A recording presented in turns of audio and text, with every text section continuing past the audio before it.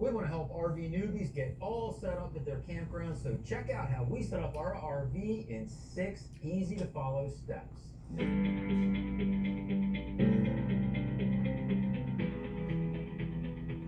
Hi everybody, Mike here from RV Blogger in front of the camera, and Susan's behind the camera. And today we're going to be taking a look at the 6 steps that we follow to set up our Class C motorhome when we end up at the campsite. Now, if you have a motorhome, you can follow right along. If you have a travel trailer, the steps might be slightly different, but we cover everything, at least the basics, so you understand how to do all the hookups at your campsite: electric, water, and sewer. Also, how to move into your campsite, get yourself all leveled up, and then of course the fun part is putting out all the fun glamping items. So we really cover the basics of everything Glamping you arrive at your items. campsite, so you can get all set up for a fantastic camping adventure.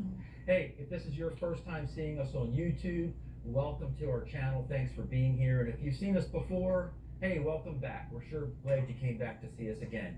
As you know, we make tons of videos all about RVing, and we also have our website, rvblogger.com, Nice. where we literally have hundreds and hundreds and hundreds of articles that we've written all about RVing. And if that's not enough, we also have our Facebook group called RV Camping for Newbies, where you can join, be a part of the community, ask questions, learn from other RVers, and just have a great time sharing your experience.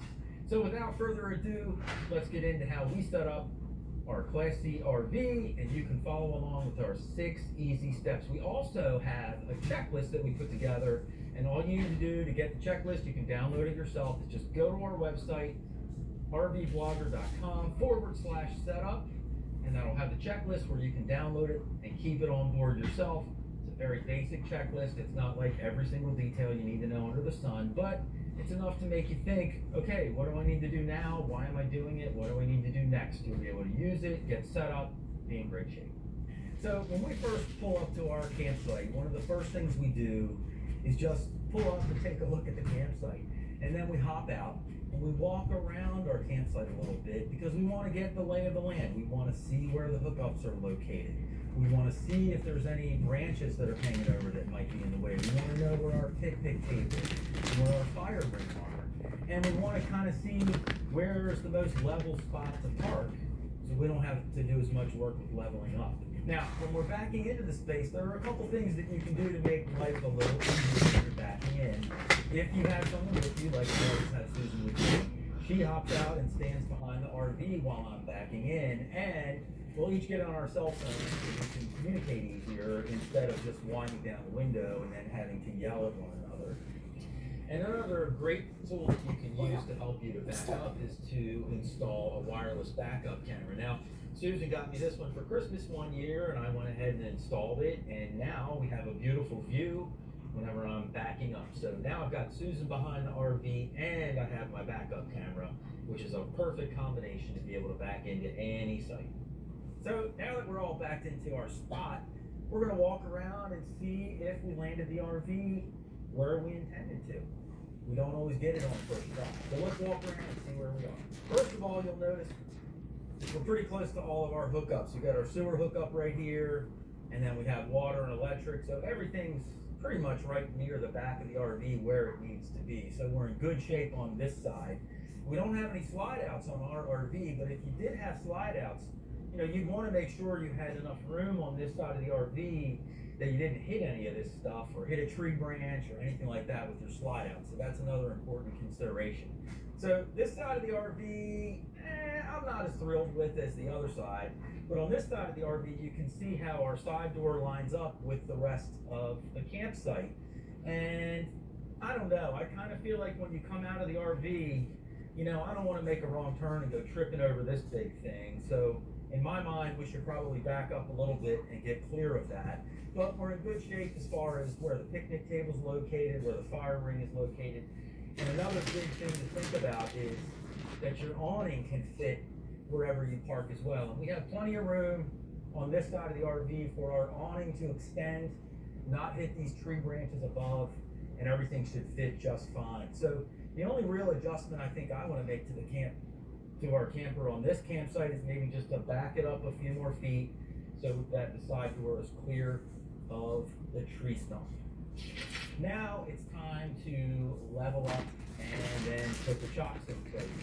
So on our handy dandy checklist, that would be item number 2.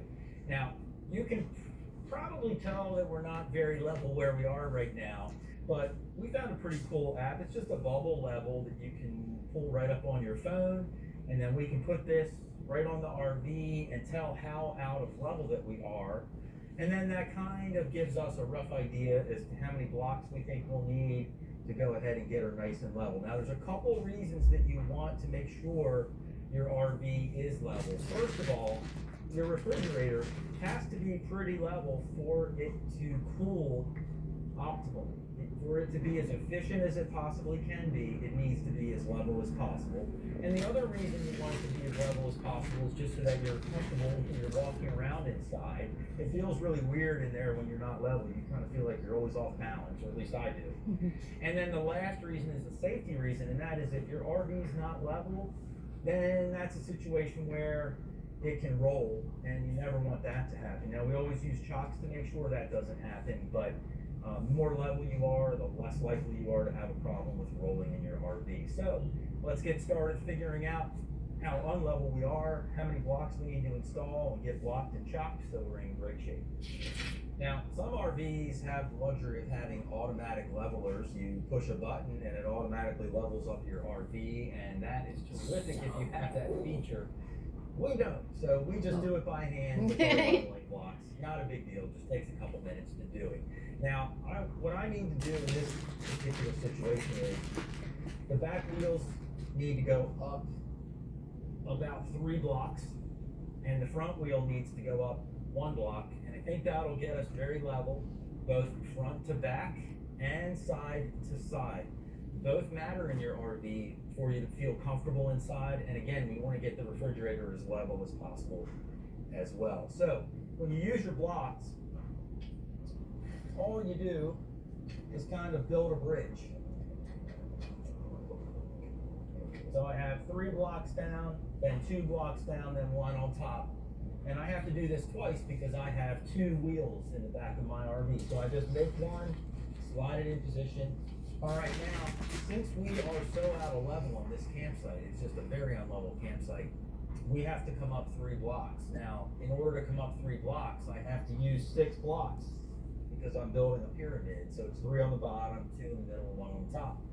I only have 4 blocks left.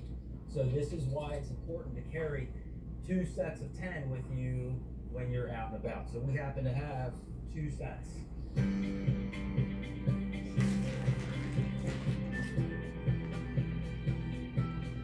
So there we go. And then I'll just throw one of these under the front wheel, and then that'll get this whole side of the RV up, and it'll get the back up more than the front, and that should help get us level in both directions. A little more. Let it happen. That's good. So now that we have everything blocked up, I drove up on the blocks. The first thing I did was I put the emergency brake on. And the second thing that I'm doing to make sure we don't roll away is I'm installing our chocks behind the wheels. Now, I can fit one behind the front wheel. I can't get any behind the back wheel because it's up on the blocks. So I'm going to use one chock on my front wheel on this side, and then I'm going to go to the opposite rear wheel on the other side, and that will chock us in place so we don't roll anywhere at all. Now, if you happen to have a travel trailer that has a tandem axle in the back, so you have 2 tires in the